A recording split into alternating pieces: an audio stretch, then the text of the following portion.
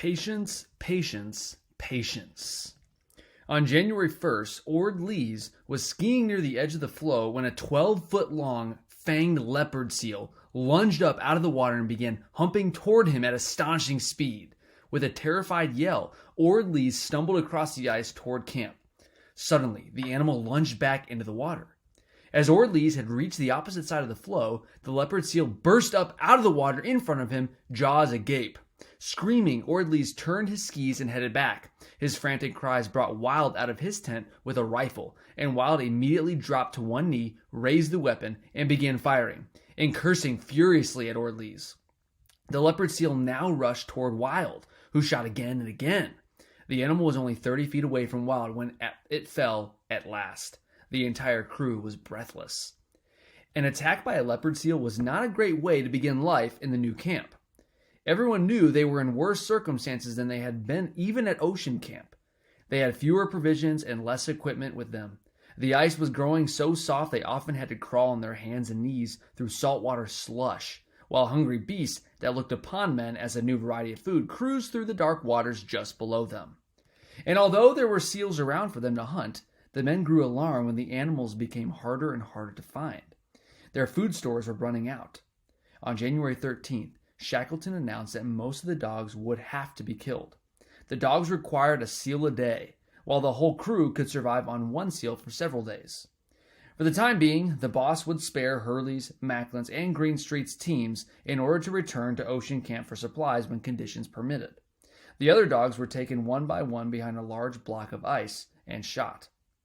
A gale set in on the 15th, and winds of more than 70 miles per hour drove them north for 6 days. On the 21st, Worsley's astronomical observations indicated that they had crossed the Antarctic Circle. Shackleton celebrated the occasion by issuing an extra round of hot viral, a powdered drink mix, to all hands. Progress to the north was what they all hoped for, and yet some of the men, especially Worsley and Macklin, remained uneasy about the boats.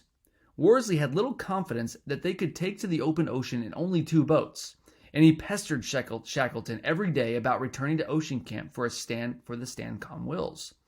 On January 22nd, Worsley climbed a hillock of ice and saw that the gale that had blown them north had also compacted the ice and blown ocean camp closer to their position. Shackleton debated for days.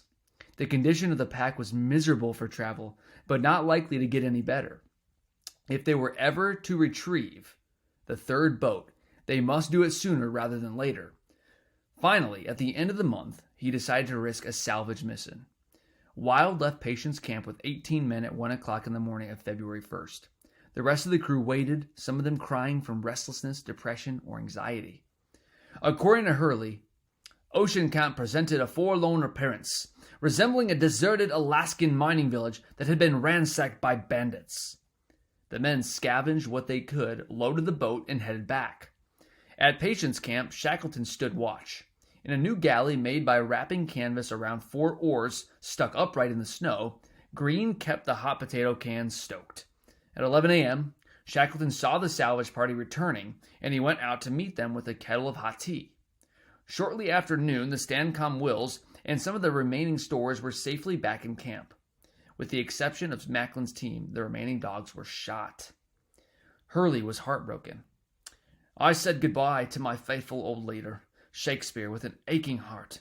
It seemed like murdering in cold blood a trusty pal, but, alas, there was no alternative. Food was running short, and the end was inevitable, for the dogs could not be taken in the boats."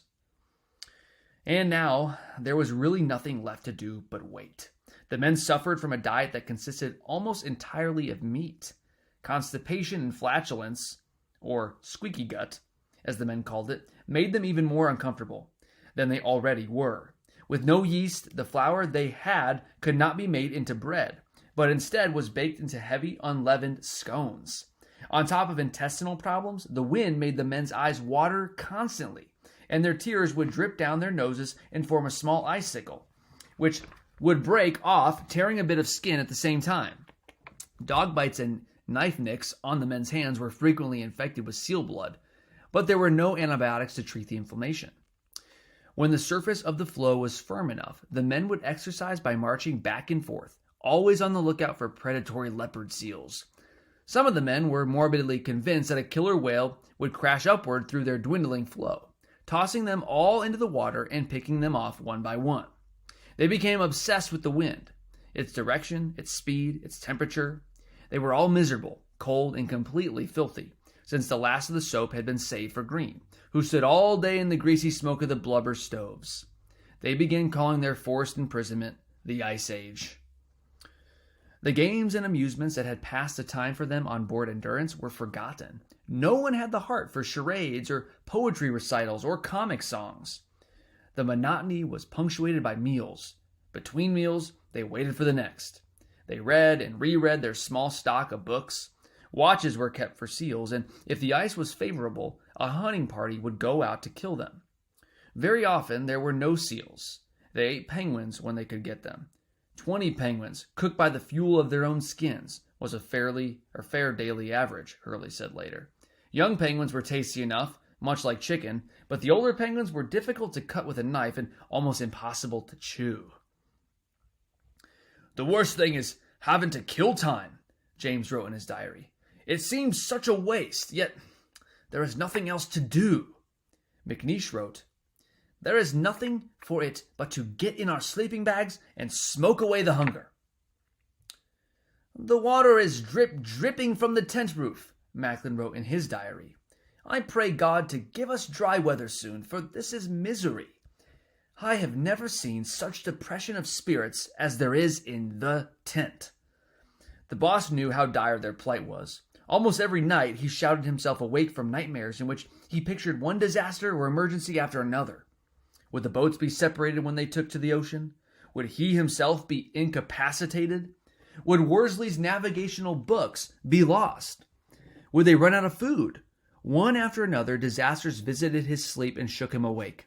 Then, in the remaining hours of the night, he would form plans for meeting the crises he had dreamed of. In spite of his anxiety, he tried to keep up the appearance of calm in order to maintain morale. Although tortured by worry, he remained outwardly unperturbed. "He was always cheerful and gave everyone confidence that we would get out," said Bakewell, oblivious of the boss's unease. Shackleton believed that keeping to some pretense of normal routine would calm the men's nerves and settle their fears. Meals were served strictly according to schedule. Watches were rotated regularly. He woke the men by whistle every morning and gave the order to lash up and stow. For his own sanity, Shackleton played bridge and taught others how to play. He also played exactly 4 hands of poker with Hurley every afternoon.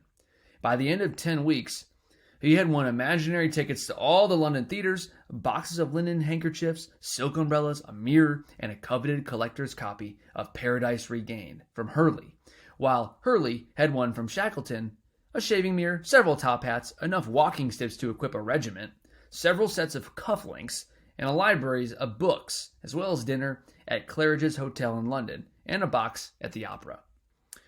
Remain calm. Keep to the normal routines. Patience, patience, patience, the boss wrote in his diary.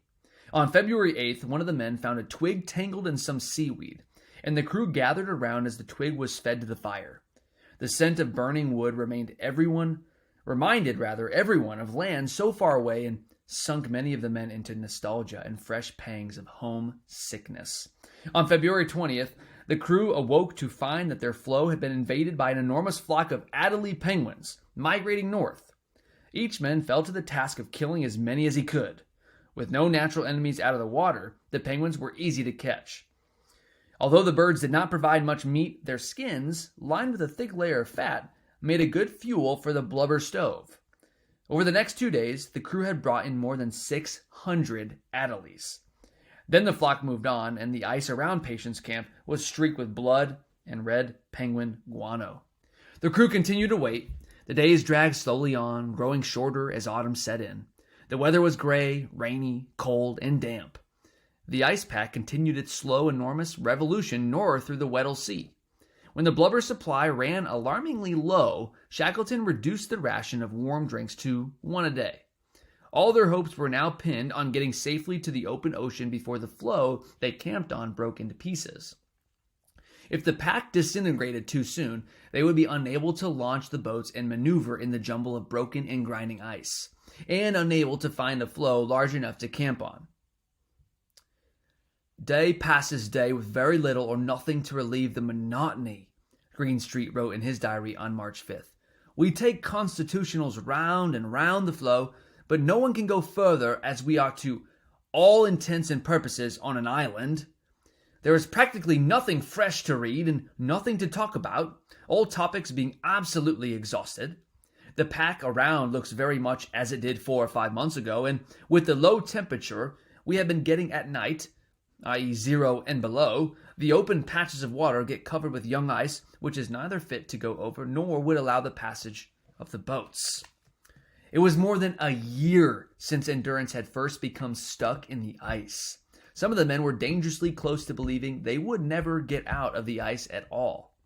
On March 9th, for the first time since entering the pack, the men felt the swell of the ocean slowly lift the ice under their feet.